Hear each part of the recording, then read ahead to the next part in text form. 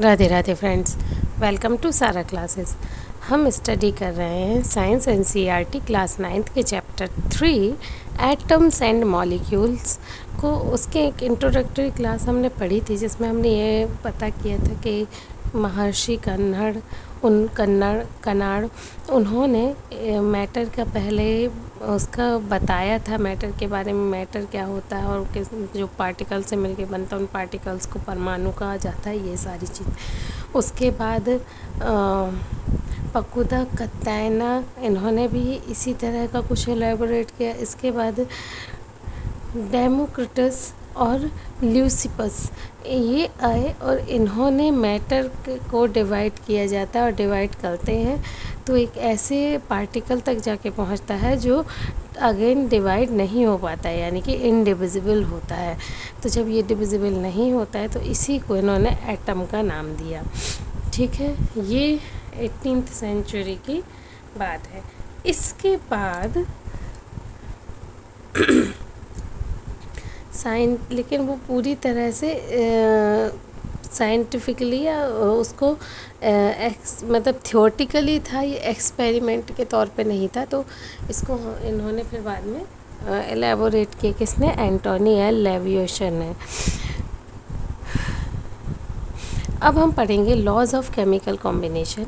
इसमें हम देखेंगे कि ये दो तरह के लॉ हैं इसमें, जो कि एक एक्सपेरिमेंटेशन के बाद लेविसर और जोसेफ एल प्रॉस्ट ने बताए हैं। तो इसका फर्स्ट लॉ आज हम पढ़ेंगे, सेकंड लॉ कल।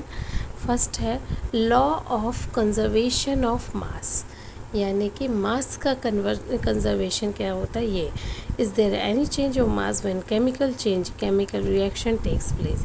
यदि किसी भी तरह का केमिकल रिएक्शन होता है तो क्या मास में कुछ चेंज होता है, यही हमें ये देखना है। तो इसके लिए इन्होंने एक एक्सपेरिमेंट किया। इस एक्सपेरिमेंट में इन्होंने क्या किया, एक एक्सपेरिमेंट बताएंगे जिसमें क्या हुआ है। तो take one of the following X and Y chemicals. दो तरह के केमिकल लिए, कोई भी हो सकते हैं। यदि कॉपर सल्फेट ले रहे हैं तो यहाँ सोडियम कार्बोनेट ले लें, यहाँ बेरियम क्लोराइड ले रहे हैं तो यहाँ सोडियम सल्फेट, या लेड नाइट्रेट ले रहे हैं तो सोडियम क्लोराइड। ऐसे कोई भी दो कॉम्बिनेशन आप एक्स वाई के ले लेते हैं। Prepare separately 5% of solution of any one pair of substances listed under X and Y, each in 10 ml in water. Take a little amount of solution of Y in the conical flask and some solution of X in an igneous tube.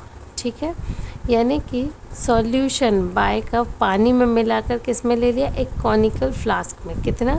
10% के लगभग। और इस tube में उन्होंने एक solution लिया, वो किसका है? एक्स का सॉल्यूशन है। दैट मीन्स कि यदि हम सोडियम कार्बोनेट ले रहे हैं तो इसमें कॉपर सल्फेट होगा।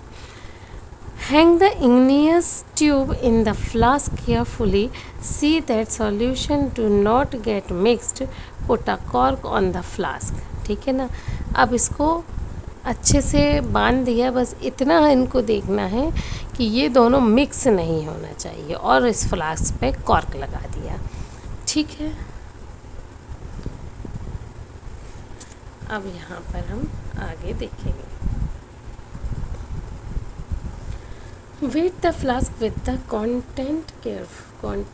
its contents carefully, यानी कि उसका फ्लास्क का पूरा वे करेंगे, कि उसका वज़न लेंगे कि वो अपने कंटेंट्स के साथ कितना है।